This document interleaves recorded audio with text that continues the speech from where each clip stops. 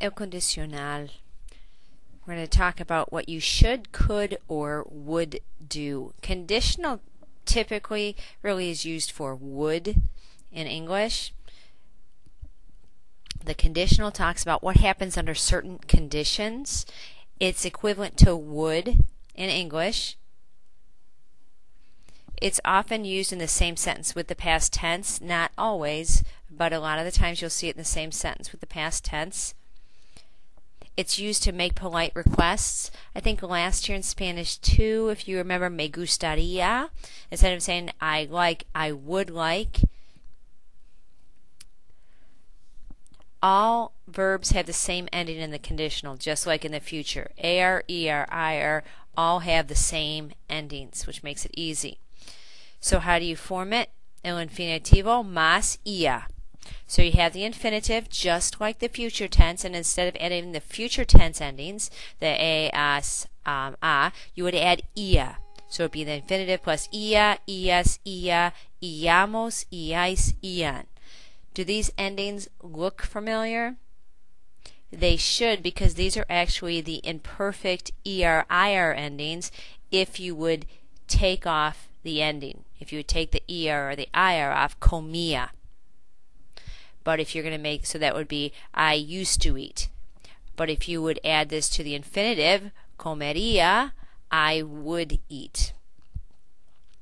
And the good thing is they have all the same irregulars. These are the same irregulars that you have for the future tense, so there is no need to write these down.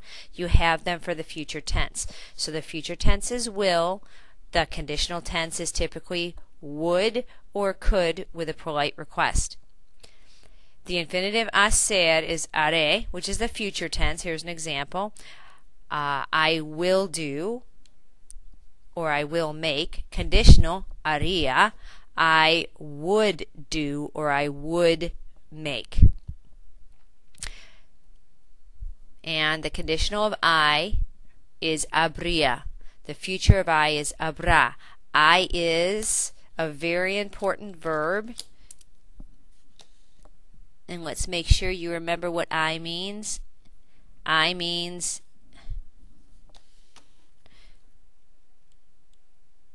there is or there are. Okay? So with habrá, there will be. And then habría, there would be.